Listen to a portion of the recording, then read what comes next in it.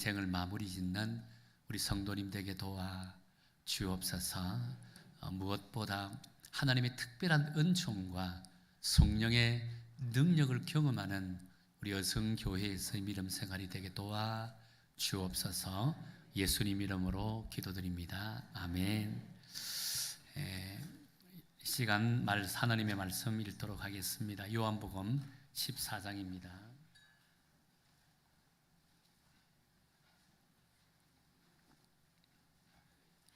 요한복음 14장 25절부터 27절까지만 읽도록 하겠습니다. 25절부터 27절까지 짧은 구절이기 때문에 우리 함께 읽어 나가도록 하겠습니다. 요한복음 24장 25절부터 27절까지 함께 읽겠습니다. 시작. 내가 아직 너희와 함께 있어서 이 말을 너희에게 하였거니와 보혜사 곧 아버지께서 내 이름으로 보내실 성령 그가 너희에게 모든 것을 가르치고 내가 너희에게 말한 모든 것을 생각나게 하리라. 평안을 너희에게 주노니 곧 나의 평안을 너희에게 주노라. 내가 너희에게 주는 것은 세상이 주는 것과 같이 아니하리라. 너희는 마음에 근심하지도 말고 두려워하지도 말라. 아멘. 이솝 우화 가운데 사자의 탈을 쓴 당나귀라고 하는 글이 있습니다. 당나귀가 길을 가다가 우연히 죽은 사자의 탈을 줍게 되었습니다. 그리고 무심코 그 탈을 이제 뒤집어 썼다는 겁니다. 그런데 탈을 뒤집어 쓰고 있으니까 지나가는 동물들이 그 모습을 보고 깜짝 놀라면서 기겁을 하면서 도망을 가더라는 겁니다. 그동안 자신을 업신여기고 자신을 괴롭혔던 그 동물들조차도 사자의 탈을 뒤집어 쓴 자신의 모습을 보고 기겁하는 모습을 보고 묘한 쾌감까지 들더라는 겁니다. 이제는 사자의 흉내를 좀 더 내고 싶었습니다. 그런데 가만히 생각해 보니까 짐승들은 사자의 울음소리를 제일 싫어하더라는 겁니다. 그래서 이제 사자의 울음소리를 내야 되겠다라고 생각해서 목에 힘을 주고 크게 이제 울음소리를 냈습니다. 힝! 그 울음소리를 듣고 옆에 있던 영리한 여우가 보고 깜짝 놀랐습니다. 웃었습니다. 그러면서 당나귀다라고 소리를 집니다. 당나귀다, 사자의 가죽을 쓴 당나귀다라고 소리를 쳤다는 겁니다. 그때 도망가던 짐승들이 그 이야기를 듣고 되돌아와서 이 당나귀에 둘러서 있는 사자의 가죽을 벗겨버리고 그러면서 막 자기가 억울하게 이 놀림을 당한 것에 대해서 혼을 냈다라고 합니다. 이 이솝 우화 이야기를 보면서 이 이야기 속에 등장하는 당나귀의 모습이 오늘 살아가고 있는 저와 여러분의 모습이지 않겠는가라고 생각을 해봅니다. 우리는 세상을 통해서 다양한 두려움들을 경험하게 됩니다. 그런데 이 두려움을 이겨보려고 얼마나 많은 애를 씁니까? 허세를 부려보기도 하고요. 심지어 강한 자를 흉내내어 보기도 한다는 겁니다. 그러나 그러면 그럴수록 우리에게 닥치는 이 두려움은 점점 커져만 가는 것을 보게 되어진다는 겁니다. 결국은 거짓의 껍데기는 벗어지게 되고요. 종국에 가서는 헤어나갈 수 없을 정도의 두려움 속에 갇혀버리는 것이 오늘 우리들의 모습이지 않겠는가 되돌아본다는 겁니다. 자, 그렇다면 이 우리의 내면 속에 밀려오고 있는 이 두려움, 공포, 절망감, 이 낙심감 이것을 헤쳐나갈 수 있는 방법은 없을까요?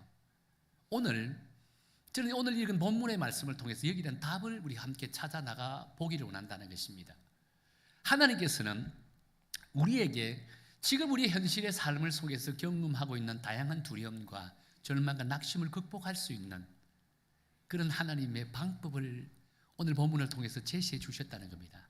한마디로 말하면 성령이라고 하는 이 하나님께서 우리에게 임재하신다는 사실을 보여주셨다는 겁니다. 그래서 오늘 저는요, 오늘 이 본문의 말씀을 통해서 정확하게 하나님께서 우리에게 제시하고 있는 그 답이 무엇인지를 함께 찾아 나가보기를 원한다는 것입니다.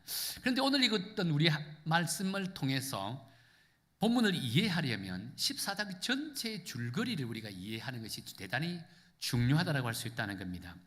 예수님께서는 십자가의 대속의 죽음이 임박해오자 제자들에게 당신이 죽음에 대해서 당신이 죽으실 것이다 된 이 말씀을 계속하고 계셨습니다. 처음에는 제자들이 예사롭게 그 이야기를 들었습니다. 그런데 예수님께서 반복해서 당신의 죽음을 말씀하니까 그때서야 비로소 두려움이 밀려오기 시작한다는 겁니다. 왜냐하면 지금까지는 자신들은 예수님께 모든 인생을 걸었잖아요. 예수님만 바라보고 자신들이 하는 일들까지 내팽개쳤습니다. 심지어 부모와 가족과 연을 끊으면서 예수님께 올인한 삶을 살아왔다는 겁니다. 그런데 이런 예수님께서 죽으시겠다고 하니까 자신들은 한편으로 낙동갈 오리알 신세가 되어버리는 참으로 안타까운 신세가 되어버린다는 겁니다. 그 정도로 끝나면 다행입니다.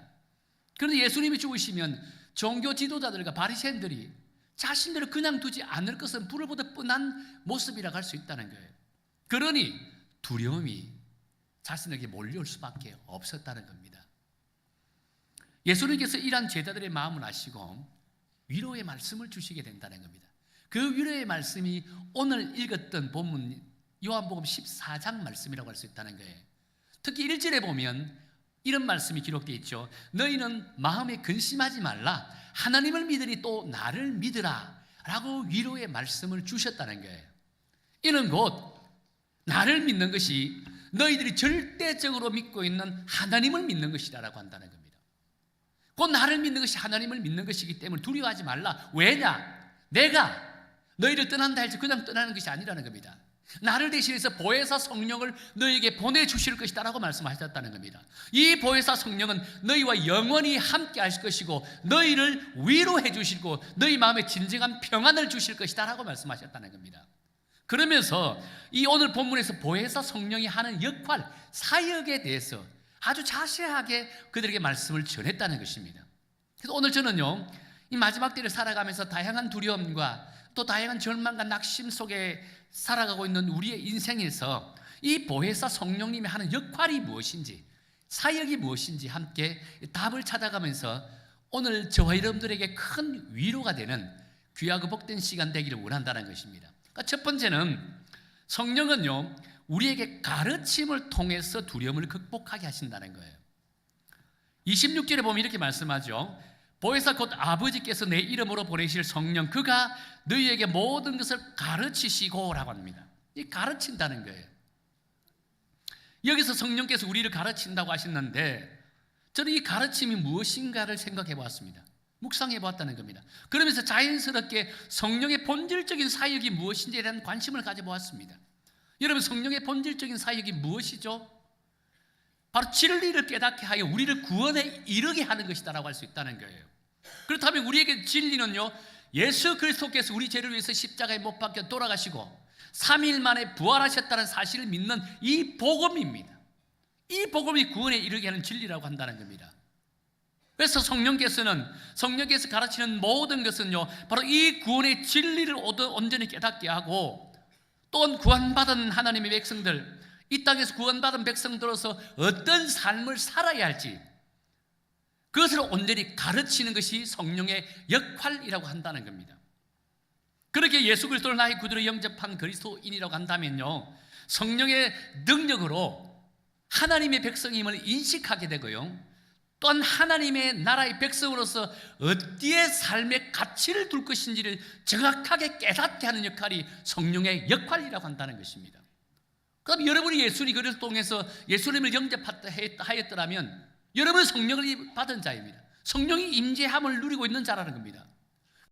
성령이 여러분께서 이 땅을 살아가면서 하나님의 나라의 백성으로서 어떤 삶의 목적과 가치를 갖고 살아야 되는지를 정확하게 깨닫게 해준다는 거예요.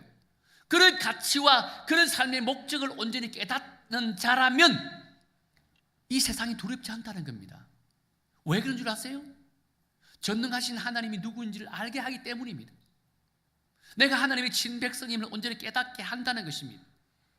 그렇기에 우리가 이 세상을 살면서 다양한 일들, 종종 두려움을 느끼고 절망을 느끼는 그런 일들을 경험할 때마다 그런 일들을 세상의 기준으로 나의 삶을 비교해보면 우리 어떻게 보면 우리의 초라함 그 자체라고 할 수 있잖아요.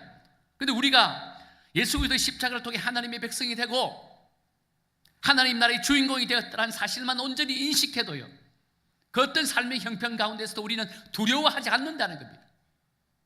전지전능하신 능력의 하나님이 우리와 함께 하시기 때문입니다. 그 능력을 성령을 통해서 우리에게 주어진다는 겁니다. 그 성령이 내주하고 있다는 사실만 깨달아도 우리는 두려워하지 않는 거예요. 두려워할 수 없다는 겁니다. 성령이 바로 이런 진리를 우리에게 가르치고 깨닫게 하고 계시다는 것입니다. 그런데 여러분, 사실 많은 사람들이 성령에 대해서 오해를 하고 있습니다. 그러다 보니까 성령을 자꾸 이상한 데만 사용하려고 노력한다는 겁니다. 나름 성령 운동을 하는 분들을 가만히 보면 어떤 이들은 성령을 이용해서 마치 점쟁이와 같은 그런 짓거리를 하고 있다는 겁니다. 죄송합니다. 짓거리라는 사용을 써서. 또 어떤 사람들은 성령을 이용해서 마치 자신이 하나님인 양 행동을 하는 그런 분들을 보게 된다는 거예요. 한국 교회에 이런 안타까운 현상들이 너무나 많아왔습니다. 지금까지. 불과 얼마 되지 않았죠. 얼마 되지 않기보다는 지금도 마찬가지겠지만 여러분 알파코스라고 하는 것을 들어보셨을 겁니다. 이 가운데 알파코스라는 양육 프로그램을 받은 분도 아마 이 가운데 있을 수 있습니다. 여러분 알파코스가 어떤 것인 줄 아세요? 알파코스는 영국의 성공의 교회에서 이 불신자들을 전도하기 위해서 사용하는 방법인데요, 불신자들의 가정에 초청을 합니다. 그럼 자신이 맛있는 요리를 해서 저녁 식사를 대접합니다. 식사를 대접하면서 이 복음을 전하기도 하고, 또한 평소에 그분이 교회나 예수님이나 복음에 대해서 궁금한 것 있으면 질문하고 대답하고 나름의 토론을 하는 그런 아름다운 건전한 모임이 이 알파코스의 모임이라고 한다는 겁니다. 그런데 이것이 한국에 들어오면서 성령운동으로 변질되어 버렸습니다. 이 성령운동으로 변질돼 어떻게 변질되었습니까? 여러분, 알파코스 하면 가장 생각나는 게 무엇인 줄 아세요? 금이빨 사건입니다. 이런 금이빨 사건 들어보셨죠? 알파코스를 받는 가정 속에 기도하면 평소에 자신의 지하가 문제가 생기면 기도하면 그 지하가 금색으로 변한다는 겁니다. 마치 금 같은 모습으로 변한다는 겁니다. 뿐만 아닙니다.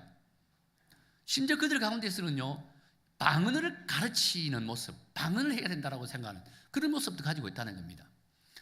알파코스 나중에 이 성령운동이 개입돼가지고 신비주의 운동으로 변하고 신사도 운동까지 변화되는, 변질되는 그런 안타까운 모습을 가지고 있었다는 겁니다. 근데 놀랍게도 한국의 복음주의 교단이든 그렇지 않은 교단이든 많은 목사님들이 여기에 심취가 돼가지고 한국의 전체가 들썩거리던 그런 일들이 있었다는 겁니다.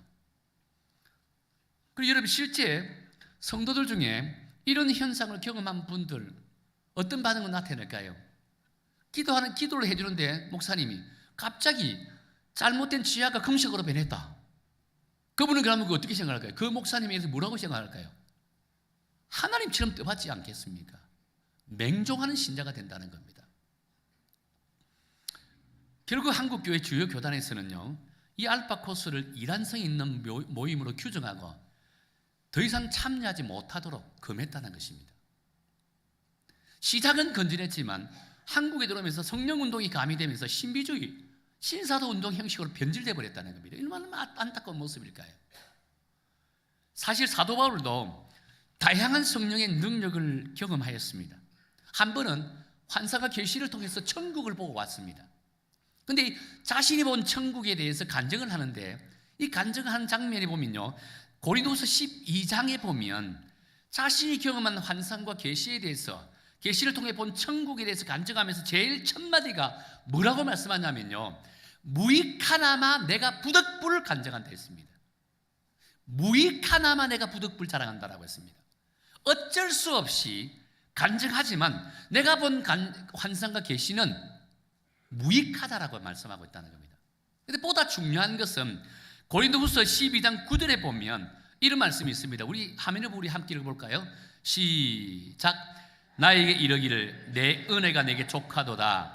이는 내 능력이 약한 데서 온전하여짐이라 하신지라. 그러므로 도리어 크게 기뻐함으로 나의 여러 약한 것들에 대하여 자랑하리니 이는 그리스도의 능력이 내게 머물게 하리 함이다 라고 합니다. 다시 말해 사도 바울은요, 자신에게서 자랑할 것은 자신이 경험한 환상과 계시가 아니라 하나님께서 자신의 사도로 쓰기 위해서 자신을 연약하게 만들었던 이 약함이라고 한다는 겁니다. 내가 자랑하고 내가 간증할 것은 환상과 계시가 아니에요. 하나님이 사도로 쓰기 위해서 나를 끊임없이 낮추고 연약하게 만들었던 자신의 육신과 자신의 영적인 마음이었다라고 한다는 겁니다. 이것을 자랑한다는 거예요. 내가 자랑할 것은 이것밖에 없다는 겁니다. 자, 그렇다면 여러분, 사도 바울이 자신이 보는 환상과 계시를 자랑하는 것이 왜 무익하다고 했을까요? 그것은 바로 자신이 보는 환상과 계시를 말하는 것이 복음 전하는 것과 영적 성숙과는 별 도움이 되지 않는다는 겁니다. 오히려 사람들이 자신을 우상화한다는 겁니다. 내가 보는 환상과 계시를 말하게 되면 사람들이 자기를 우상화시키면서 영적 세계에 대해서 억측과 어떻게 보면 공상들이 난무할 것이 뻔하다는 겁니다. 그렇기에 내가 자랑할 것은 환상과 계시가 아니라는 겁니다. 내가 자랑할 것은 나의 가장 약함을 여러분들이 자랑한다는 겁니다. 연약함을 자랑한다는 겁니다. 이것이 사도 바울이 가지고 있는 믿음의 자세, 성령을 대하는 자세라고 할 수 있다는 것입니다. 그렇습니다. 성령은 우리 자신을 우상화시키기 위해서 이적과 기사를 나타내 보이는 것은 결코 아니라고 할 수 있다는 겁니다.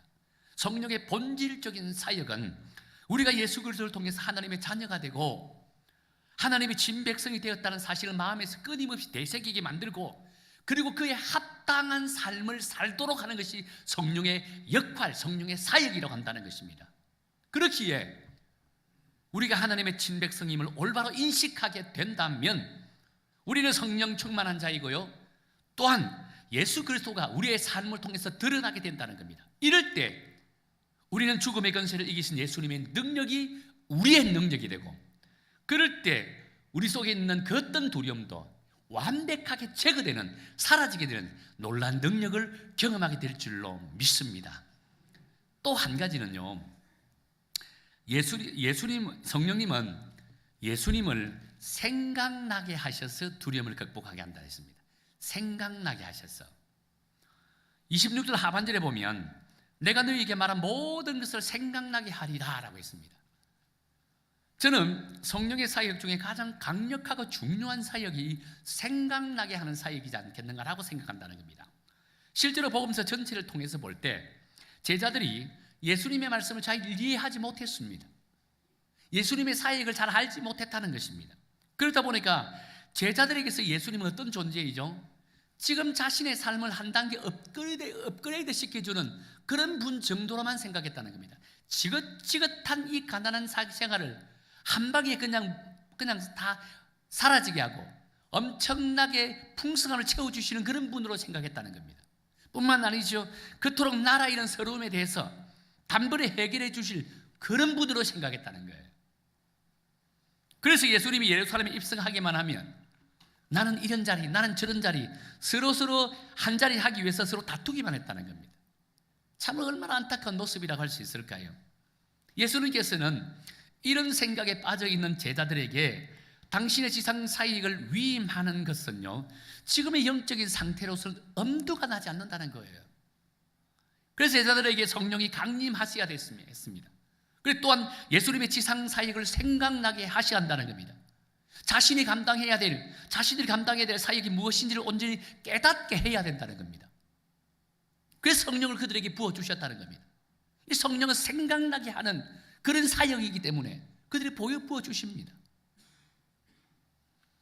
사실 성령을 받은 자라면요, 예수님의 사역을 온전히 깨닫게 되고 예수님으로부터 사역을 위임받은 자임을 온전히 인식하게 된다는 겁니다. 그렇다면 그의 입술을 통해서 나오는 모든 말들은 생명 있는 말씀이 되고요, 나아가서는 세라상이 두렵지 않고 담대하게 주님의 그 말씀, 복음의 말씀을 선포할 수 있다는 것입니다. 우리 빌립보도 훈련받았던 분, 우리 이정전 집사님 간증한 것처럼 그전에는 주의 복음을 증거하기 대단히 힘들었습니다. 지금은요, 누구를 만나도 복음을 전가한다 했습니다. 이전에 훈련받기 전에는 인식하지 못할 때는요, 복음을 누구 만날 때마다 내가 어떻게 저 사람에게 말씀을 전할까 두렵기도 하고 막막하기도 했습니다. 이제는 그런 게 없다는 겁니다. 어디서 누구들을 만나도 당당히 복음을 전하는 겁니다. 왜 그럴까요? 성령께서 생각나게, 그가 해야 될 사역이 무엇인지 생각나게 하셨기 때문이라는 겁니다. 성령은 이런 능력을 우리에게 주신다는 겁니다. 실제로 오순절날 마가의 다락방에 임했던 성령을 받은 그 제자들의 모습을 한번 보십시다. 그들이요, 특히 베드로는 예수님이 로마 병정들에게 붙잡히는 순간에 그래 예수님 눈앞에서 3번씩 예수님을 배반했습니다. 그런 그가 사도행전 3장에 보면 성령을 받고 어떻게 달라지냐면요, 사도행전 3장에 솔로몬 행각에, 다시 말해서 성전 뜰 마당에서 많은 사람들 보는 앞에서 많은 군중들이 모였습니다. 거기서 어떻게 합니까? 회개를 외칩니다. 회개를 촉구하면서 복음을 당대하게 증거하는 모습으로 보게 되어진다는 겁니다.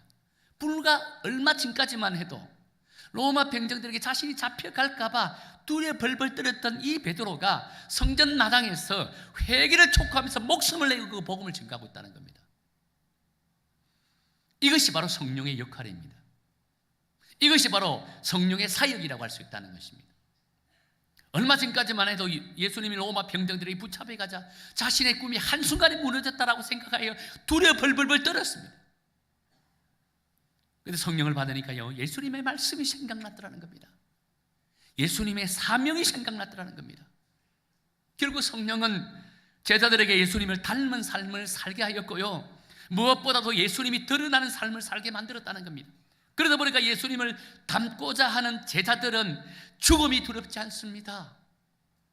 그렇다 보니까 복음을 전하고 이 복음 증거하는 일에 담대하게 당당하게 주의 복음을 증거할 수 있었다는 거예요. 이것이 성령의 역할입니다. 성령의 사역이라고 할 수 있다는 거예요. 사랑하는 성도 여러분, 우리가 진정 그리스도인이라고 한다면요, 누구나 할 것 없이 성령을 받은 자이고 성령의 이끌림을 받은 삶을 살아가는 자라고 할 수 있다는 것입니다. 그렇다면 우리 역시도 성령님으로 인해서 예수님을 생각나게 하는 삶을 살아가게 되고요, 그로 인해 또한 예수님처럼 살고 예수님처럼 죽고 예수님처럼 부활하도록 하는 그런 인생을 살아가고 있다는 것입니다. 그리고 이런 삶은 곧 우리가 세상으로부터 지배당하는 삶이 아닙니다. 이런 삶은 도리어 우리는 세상을 다스리는 삶을 살아간다는 거예요. 우리 여성교회 성도 여러분 모두는 이런 성령의 충만한 은혜를 받았어. 이제는 세상을 두려워하는 것이 아니라 세상 속에 나가서 그 세상을 지배하고 다스리고 세상 속에 하나님의 나라를 세워나가는 그런 믿음의 성도가 되기를 축원합니다. 승리하는 당당한 그리스도인들 되시기를 예수님 이름으로 축원합니다. 또 마지막 한 가지는요, 성령님은 우리에게 참 평안을 깨닫게 하셔서 두려움을 극복하게 하신다라고 했습니다. 자, 우리 27절 말씀 한번 읽어볼까요? 우리 27절이면 다 함께 읽겠습니다. 시작. 평안을 너희에게 끼치노니 곧 나의 평안을 너희에게 주노라. 내가 너희에게 주는 것은 세상이 주는 것과 같이 아니하리라. 너희는 마음에 근심하지도 말고 두려워하지도 말라. 지금 제자들은요, 예수님 믿고 십자가에서 죽을 것이다 라고 하는 사실에 대해서 두려워 떨고 있었다고 했죠. 그런데 예수님의 모습은 어떻습니까? 당신이 감당해야 될 십자가 사역 앞에서 전혀 두려워하지 않다는 겁니다. 오히려 때가 임박할수록 더더욱 담대하게 하나님의 나라를 선포하고 계시다는 것입니다. 오히려 철부지 같은 제자들만 두고 가야 될 그 사실에 대해서 너무너무 안타까운 마음만 가지고 있었다는 거예요. 그렇다면 십자가의 죽음을 눈앞에 둔 이 예수님과 제자들이 어떻게 이렇게 반응이 다 다를 수가 있었을까요? 그것은 곧 그들이 추구하는 평안이 달랐기 때문입니다. 평화가 달랐기 때문이라고 할 수 있다는 겁니다. 여러분, 평화에는 두 종류의 평화가 있습니다. 하나는 라틴어로 팍스라고 하는 평화입니다. 이 팍스라고 하는 평화는요, 여러분 팍스 로마라고 하는 이야기 들어보셨죠? 이 팍스 로마는 로마가 가지고 있는 힘과 권력으로 이룬 평화라고 할 수 있다는 겁니다. 그런데 팍스가 주는 평화는 진정한 평화가 되지 못한다는 겁니다. 왜 그럴까요? 힘을 가지고 이룬 평화는 곧 자신보다 더 강한 힘을 가지고 있는 자가 등장할까 봐 항상 두려움을 가지고 있다는 겁니다. 그러다 보니까 끊임없이 남을 견제합니다. 의심하고요, 또 힘을 가지고 있지만 더 힘을 가지기 위해서 백성들을 억압하고 착취한다는 거예요. 지금 이스라엘 백성들과 제자들이 추구하고자 하는 평화가 이 팍스의 평화라고 할 수 있다는 겁니다. 그들이 원했던 것은 예수님이 강력한 능력을 갖고 하나님의 천군 천사를 동원해서 예루살렘에 입성하는 순간에 예루살렘을 뒤집기를 원한다는 겁니다. 로마 병정들을 다 내어쫓고 부패한 종교 지도를 다 내어쫓고 온전히 하나님의 나라를 이루기를 원한다는 겁니다.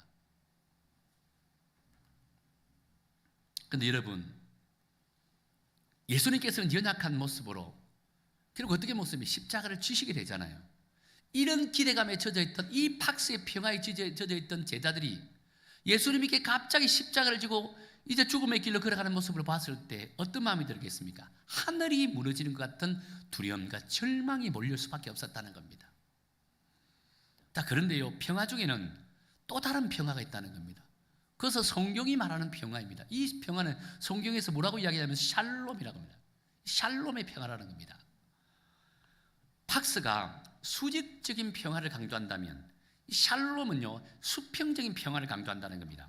이 평화는 힘을 가지고 누구를 지배하는 것이 아니에요. 자신이 가지고 있는 힘으로 다른 사람을 섬기며 다른 사람과 조화를 이루면서 이루는 평화라고 할 수 있다는 거예요. 하나님의 나라는 힘의 논리가 지배하는 그런 양육강식의 세계가 아닙니다. 약한 자와 강한 자가 함께 평화롭게 조화를 이루면서 세워나가는 그런 세상이 하나님의 나라라고 할 수 있다는 겁니다. 교회도 마찬가지입니다. 교회는 하나님의 나라의 작은 모형입니다. 그럼 교회는 어떻게 될까요? 직분이 높아질수록, 직분을 더 가질수록 더더욱 성도를 섬김의 자세를 가져야 된다는 겁니다. 목사도, 장로도, 권사도, 안수집사도 직분자라면 성도를 철저하게 섬기고 낮아진 모습, 겸손한 모습을 가지는 것이 하나님의 나라의 모형이라고 할 수 있다는 겁니다. 성령은 그것을 우리에게 깨닫게 해주신다는 것입니다. 성령은 우리에게 그런 지혜를 주신다는 것입니다. 성령을 충만히 받은 자라면 그런 믿음의 자세를 갖고 살아간다는 거예요. 하나님의 나라는 이런 자의 모습입니다. 세상과 달라요. 세상은 올라가면 올라갈수록 어깨에 힘을 주고 권세를 가지고 권세를 누립니다. 지배합니다. 하나님의 나라는 올라갈수록 낮아진다는 겁니다.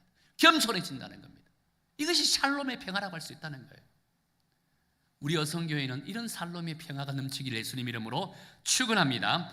오늘 본문에서 예수님께서는 근심에 쌓이는 제자들에게 근심하지 말라고 말씀하시면서 내가 주는 평화는 세상이 주는 평화가 다르다라고 했습니다.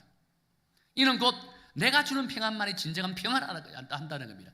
무슨 말일까요? 세상이 주는 평화는 일시적이라는 겁니다. 예수님께서 주시는 평화는 영원하다는 겁니다. 여러분, 일시적인 평안을 누리겠습니까? 아니면 영원한 평안을 누리겠습니까? 영원한 평안을 누리겠다면 여러분 성령을 사모하세요. 성령 충만을 사모하시기를 예수님 이름으로 축원합니다. 그렇다면 성령이 여러분의 삶을, 여러분의 마음을, 여러분의 믿음의 자세를 완전히 뒤엎고 온전한 하나님의 백성이 될 줄로 믿습니다. 사랑하는 성도 여러분, 지금 우리에게는 이 샬롬의 하나님, 샬롬의 성령님이 내주하고 계시다는 사실을 믿으시길 바랍니다. 비록 세상이 우리를 힘들게 할지라도, 우리에게 곤핍을 제공하고 우리를 절망으로 이끈다 할지라도 샬롬의 성령님이 여러분과 함께 한다면 여러분 결코 두려워하지 않습니다. 절망하지 않습니다. 오히려 당당하게 그리스도인으로서 세상에 살아갈 수 있다는 겁니다. 어떤 상황 가운데서 승리해 나가는 그런 믿음의 성도가 될 줄로 예수님 이름으로 축원합니다. 말씀을 맺겠습니다. 어떤 화가가 자녀를 데리고 그림을 그리고 있었습니다. 그러면서 자녀들에게 하는 말이, 내가 지금 그림의 주제는 평화다라고 이야기를 합니다. 그럼 그림을 그리는데 제일 먼저 그리는 그림 장면은요, 세찬 파도가 몰아치는, 거친 파도가 몰아치는 바다를 그립니다. 딸이 보다가, 아빠, 이 지금 거친 파도가 왜 평화라고 할 수 있어? 라고 이야기합니다. 그러니까 잠깐 기다려봐 라고 하면 다시 그 세찬 파도 위에 이제 자그마한 배를 그립니다. 배를 그리는데 막 금방이라도 기울어질 것 같은 그런 배를 그리는 거예요. 그럼 딸이 말하기를, 아빠, 지금 배가 뒤집어질 것 같아. 그 배를 두고 어떻게 평화라고 할 수 있어요? 라고 이야기합니다. 그러니까 또다시 잠깐 기다려봐, 내가 또 그릴 테니까. 그러면 이번에는요, 배를 그리다가 배 안에 타고 있는 사람들을 그립니다. 이 사람들을 그리는데, 근데 놀랍게도 배 안에 타고 있는 사람들의 얼굴 모습을 보니까 그렇게 평화로울 수가 없더라는 겁니다. 이 딸이 이야기합니다. 아빠, 지금 금방이라도 배가 뒤집어질 것 같은데 어떻게 배 안에 있는 사람들이 그렇게 평화로울 수 있어요? 라고 이야기합니다. 그러니까 이제 아빠가 또 이야기해요. 잠깐만 기다려요. 내가 마지막으로 또 다시 그릴 거야. 그림을 그립니다. 마지막 그림은요, 배 맨 앞에 있는 선장실을 그립니다. 선장실을 그리고, 그리고 선장실에서 키를 잡고 있는 선장의 모습을 쫙 그립니다. 그러니까 갑자기 딸이 큰 소리를 내면 맞아 맞아 라고 소리를 지릅니다. 맞아. 배 안에 있는 사람이 저토록 평화로울 수 있는 것은 저 키를 쥐고 있는 분이 예수님이기 때문이야 라고 했다는 겁니다. 그렇습니다. 우리 인생 다양한 문제들로 고통받을 수 있습니다. 우리 인생 살아가면서 여러분 절망하지 않습니까? 두려움이 엄습해 오지 않습니까? 자녀 문제로, 직장 문제로, 사업 문제로, 다양한 문제로 두려움이 엄습해 옵니다. 육신의 문제도 마찬가지겠죠. 그럴 때마다 여러분 두려울 필요 없다는 겁니다. 오늘 우리에게 주시는 말씀의 핵심이 무엇이죠? 샬롬의 성령님이 우리의 키를 쥐고 있다는 겁니다. 예수님께서 우리 인생의 배에 키를 쥐고 있다는 겁니다. 그분이 누구입니까? 전지전능하신 하나님이십니다. 천지를 창조하신 하나님이 우리 인생의 배에 키를 쥐고 있다는 겁니다. 그럴 때 우리가 무엇이 두려울까요? 무엇이 절망스러울까요? 오늘 이 주신 말씀을 다시 한 번 더 되새기면서 우리의 인생의 길을 예수 그리스도 전지전능하신 하나님, 샬롬의 하나님이 쥐고 있다라고 하는 사실을 믿으시고 어떤 상황 가운데서도 당당하게 담대하게 나아가는 믿음의 성도가 되기를 예수님 이름으로 축원합니다. 우리 함께 찬양하기를 원합니다. 찬양은요, 주님